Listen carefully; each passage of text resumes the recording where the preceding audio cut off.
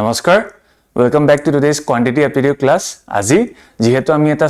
series আৰম্ভ কৰিছিলো গুৱাহাটী হাই কোৰ্টৰ কাৰণে সো আজি আমাৰ ফাৰ্স্ট কোৱেশ্চনটো হৈ গল এটা পাৰ্সেন্টেজৰ কোৱেশ্চন লৈ আহিছো ইয়াত কি কৈছে what is 20% of 25% of 300 ঠিক আছে সো ডেফিনেটলি এই কোৱেশ্চনটো আপোনালোকে normally 20 divide by 100 then multiply by 25 by 100 multiplied by 300 তেনেকেও কৰিব পাৰে বা তেনেকে নকৰি যদি এবাৰ চাই যে আমি ফাৰ্স্ট পাৰ্সেন্টেজ টু লাইলম এই দুটাৰ ঠিক আছে 20 into 25 divided by 100 ঠিক আছে সো ইয়াত আমি কি পাই যাম 5% বুলি পাম ঠিক আছে 5% পাম ওকে এটো সলভ কৰাৰ পিছত আমি 5% টো পালো দেন 5% টো এই 300 এর লগত যদি মাল্টিপ্লাই কৰি দিও তেতিয়া আমি আনসারটো পাই যাম সো 5% মানে কি 5 by 100 সো 100 আর 300 এর 0 গিটা কাট খাই গলে 15 থাকি যাব 5 into 3 সো আমাৰ অপশন কি হৈ যাব 15 ঠিক আছে এনেকে আপোনালোকে সলভ কৰিব পাৰে then another boater upstream or downstream question এটা লৈ আইছো a boat running downstream ঠিক আছে downstream move হৈ আছে covers a distance of 20 kilometer in 2 hours so কিমান cover কৰিছে 20 kilometer in 2 hour okay তাৰপিছত কি কৈছে while it covers the same distance so same distance travel কৰিছে upstream so মানে কি ওপৰলৈও তেখেতে 2 কিলোমিটাৰ travel কৰিছে so কিমান ঘণ্টাত কৰিছে 5 ঘণ্টাত কৰিছে okay 5 hours ঠিক আছে so ইয়াত কি হদিছে যে what is the speed of the boat in still water so কি হদিছে speed of the boat in still water হদিছে so এটো কেনে কৰিম ফাৰ্স্ট আমি কি কৰিম যেহেতু ডিসটেন্স আৰু স্পিড দিয়া গৈছে সৰি ডিসটেন্স আৰু আমাৰ কি টাইম তো দিয়া গৈছে সো আমি ফাৰ্স্ট স্পিড তো লাইলম ডাউনস্ট্ৰিম স্পিড আৰু আপস্ট্ৰিম স্পিড তো লাম তাৰ পিছত কি হ'ব আমি এই boater still water যোনটো ফৰ্মুলা হয় হেতুত আমি বহাই দিম সো ইয়াৰ পৰা আমি কেনেকে পাম যে ডাউনস্ট্রিম স্পিড তো আমি কিমান পাই যাম যেহেতু speed equal to distance by time right so speed equal to distance by time distance আমাৰ already দিয়া গৈছে so speed distance downstream speed to কিমান হ'ব distance 20 km আৰু কিমান ঘণ্টাত কৰিছে 2 ঘণ্টাত কৰিছে so 10 ঠিক আছে then speed কিমান হ'ব কিলোমিটাৰ per hour ঠিক আছে okay then upstream speed to কি হ'ব upstream speed similarly distance to যেহেতু তেখেত same আছিলে আৰু কেই ঘণ্টা লাগিছিল 5 ঘণ্টা লাগিছিল right 5 ঘণ্টা লাগিছিল মানে কি 4 kilometre per hour okay so এতিয়া যেহেতু মই upstream আৰু downstream দুটাই পাই গলো so দুটা যেহেতু পাই গলো এতিয়া আমি জাস্ট ইয়াৰ still water যোনটো স্পিড হয় উলাবলে হেতু আমি ফৰ্মুলাত বহাই দিম ঠিক আছে সো কি কৰিব লাগে still water speed to কেনেকে উলাই এটা ফৰ্মুলা আছে upstream speed plus downstream speed divided by 2 মানে এই দুটা প্লাস কৰি পনে আমি ডিভাইড বাই 2 কৰি দিম সো 14 ডিভাইড বাই 2 কিমান পাই যাম আমি 7 সো 7 কিলোমিটাৰ পাৰ আৱাৰ আমাৰ ফাৰ্স্ট অপশন হেতু আমাৰ কাৰেক্ট হৈ যাব ঠিক আছে সো বুজি পালে ফাৰ্স্ট আমি স্পিড উলালো ডিসটেন্স আৰু টাইম যেহেতু দিয়া আছিল তাৰ পিছত আমি এই স্টিল ওয়াটাৰ যোনটো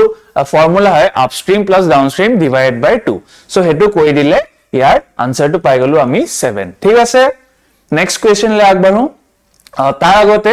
যেহেতু আমি কতে কৈছিলো যে আমি গুৱাহাটী হাই কোৰ্টৰ কাৰণে টাৰ্গেট কৰি আমি এটা টেষ্ট সিৰিজ আৰম্ভ কৰিছিলো সো এতিয়া 7 ডিসেম্বৰতে অলৰেডি আমি লঞ্চ কৰিছিলো সো আপোনালোকে 7 ডিসেম্বৰ টু ফ্ৰী অফ কষ্ট আছিল আৰু নেক্সট আমাৰ 25 জানুৱাৰী যোনটো নেক্সট যাব হেতু আমাৰ লাষ্ট হ'ব সো হেতু আমাৰ ফ্ৰী অফ কষ্ট গৈ আছে যদি আপোনালোকে এভেইল কৰা নাই পেইড ভাৰ্সনটো আপোনালোকে চাব পাৰে ইয়াত গুটেই কিটা সাবজেক্ট আমি ইনক্লুড কৰিছো ইনক্লুডিং আসামিজ পাৰ্ট 2 তাৰ লগতে আমাৰ ফৰেষ্ট ৰেঞ্জাৰ যোনটো এক্সাম হ'বলে গৈ আছে তাৰে আমি অপচনেল দুটা টেষ্ট সিৰিজ আনিছিলো এটা আমাৰ ফৰেষ্ট্ৰি এটা এনভায়ৰনমেন্ট তাৰ লগতে এটা জেনাৰেল নলেজৰ সাবজেক্টটো আছে যেহেতু সো তাৰো এখন পেপাৰ আনিছিলো সো আপোনালোকে যদি ইন্ডিভিজুয়ালি এটা বাই কৰিব পাৰে না আদাৰৱাইজ এই অপচনেল হতি যদি গুটেই কিটা কম্বো পেক তো লব পাৰে এতিয়া আমাৰ ডিসকাউন্ট অফাৰ চলি আছে সো আপোনালোকে এবাৰ চাব পাৰে next question if 20% of A is equal to কিমান দিছে 50% of B মানে কি কৈছে 20% of A যদি 50% of B হয় মানে তাৰ আধা হয় then B is what percentage of A so এটো আপোনালোকে নরমাল মানে কি পার্সেন্টেজ ওয়াইজটো চাব পাৰে ঠিক আছে আদাৰওয়াইজ কি কৰিব পাৰে ৰেশিও লৈ ল'ব পাৰে সো ৰেশিওটো আমি কি পাই যাম যেহেতু A:B আমি কিমান পাই যাম A:B আমি পাই যাম 5:2 সো আপোনাকে যদি সলভ কৰে যে 20/100 A equal to 50/100 B so এটো যদি সলভ কৰে আমি কি A/B আমি কিমান পাই যাম 5/2 ঠিক আছে 5/2 যেহেতু পাও then কি কৈছে যেহেতু B is what percentage of A মানে B is equal to কিমান হৈ যাব ইপনে যদি মই লৈ যাও 2/5 of A হয়নে 2/5 of A মানে কি 0.4 of A হয়নে 0.4 of A মানে কি 40% of A so আমাৰ অপশন কি হৈ যাব option number 2 40% of A is what B ঠিক আছে so এনেকে আপোনাকে সলভ কৰি লব ওকে নেক্সট কোৱেশ্চন এটা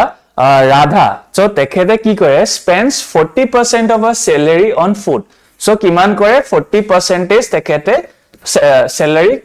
খানাত খৰচ কৰে then 20% on house rent so 20% তেখেতে কি হল কৰে then house rentত কৰে ভাড়া দিয়ে then 10% of in entertainment তাই entertainmentৰ কাৰণে হয়তো কিবা খাব যায় ফুৰিব যায় then 10% in convenience so কি কৈছে if her savings at the end of the month are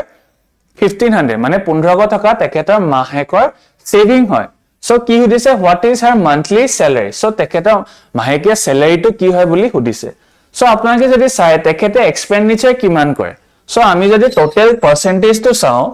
40% তেখেতে স্যালাৰি খানাত খৰচ কৰে 20% তেখেতে ৰেন্ট দিয়ে then 10% তেখেতে এন্টাৰটেইনমেন্টত খৰচ কৰে আৰু 10% কনভেনিয়েন্স কৰে মানে তেখেতে কিমান এটো যদি আমি প্লাস কৰো তেতিয়া আমি কিমান পাই যাও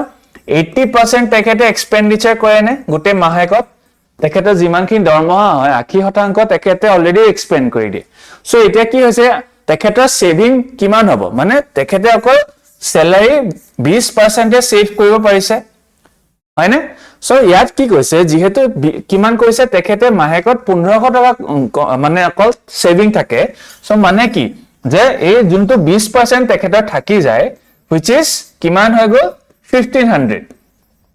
so এটো এতিয়া জাস্ট সলভ কৰি প্লে মই যদি হায়াৰ 100% টো উলাই দিও দেন আমি কি পাই যাম ইয়াৰ স্যালাৰিটো পাই যাম সো মই সলভ কৰি দিও কুইকলি 1500 ডিভাইড বাই আমি 20 যদি কৰি দিও আমি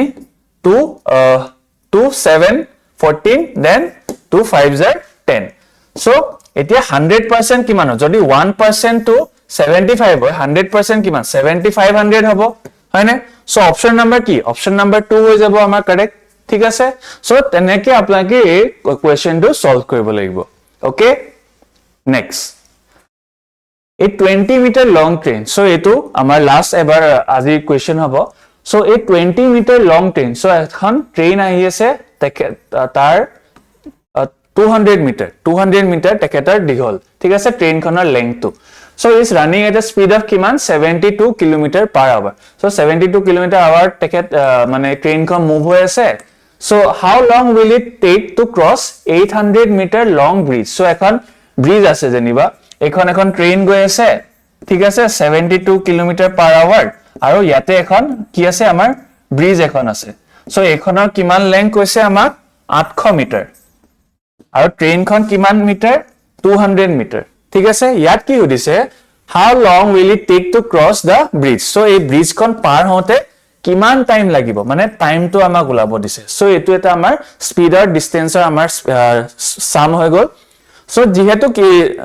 কি কৈছে টাইম টু সেকেন্ডছৰ আছে সো মই কি কৰিম এই যোনটো স্পিড হয় মই এটো মিটাৰ পাৰ সেকেন্ডত লে কনভাৰ্ট কৰি দিম সো মিটাৰ পাৰ সেকেন্ডলে আমি কেনেকে কনভাৰ্ট কৰিব লাগে 5/18 ঠিক আছে 5/18 টো মাল্টিপ্লাই কৰিলে আমি মিটাৰ পাৰ সেকেন্ডত কনভাৰ্ট কৰিলো সো 18 ৰ পৰা ইয়াত 4 যাব then 20 metre per second so 20 metre per second আমি পাই গলো ইয়াৰ স্পিড ঠিক আছে নাও এতিয়া কি কৈছে যেহেতু টাইম উলাব কৈছে speed equal to distance by time আৰু আমি জানো টাইম ইজ ইকুৱেল টু মানে কি ডিসটেন্স বাই স্পিড হৈ গল ঠিক আছে সো যেহেতু মই এটা অলৰেডি আগতে এটা ক্লাস লৈছিলো ট্ৰেইনৰ স্পিডৰ সো যেতিয়া ট্ৰেইনখনৰ লেংথ দিয়া থাকে তাৰ লগতে এটা ব্ৰিজ বা কোনো এটা অবজেক্টৰ লেংথ দিয়া থাকে তেতিয়া সেই টোটেল ডিসটেন্সটো সাম হৈ যায় সো মানে কি যে টাইম যোনটো ডিসটেন্স হয় হেতু 200 যোনটো ট্ৰেইনৰ ডিসটেন্সটো তাৰ লগতে হে ব্ৰিজ খনৰ ডিসটেন্সটো প্লাস হৈ যায় ঠিক আছে দেন ডিভাইড বাই কিমান আমি পাইছিলো স্পিড 20 সো ইয়াতে আমি কিমান পাই গলো 1000 মানে ট্ৰেভেল কৰিছে মিটাৰ দেন 20 সো আমি কিমান পাই যাম 2 5 10 সো আমাৰ অপচন নম্বৰ 1 50 সেকেন্ড লাগিব হে ব্ৰিজখন পাৰ কৰোতে ঠিক আছে সো বুজি পালে এইখিনি বস্তু কিবা যদি জানিব লগা আছে কিবা হেৰি কিবা যদি কোৱেৰি আছে কমেন্ট সেকশনত জনাব আশা কৰিলো এই আজি ক্লাসটো ভাল লাগিলে এনেকে প্ৰেক্টিস কৰি থাকো আমি প্ৰবেবল কোৱেশ্চনস কিছুমান আমি প্ৰেক্টিস কৰিছো এটো সিৰিজত সো নেক্সট ক্লাসত আৰু এনেকুৱা কিছুমান প্ৰেক্টিস কোৱেশ্চনস লৈ আহিম so until then thank you very much bye by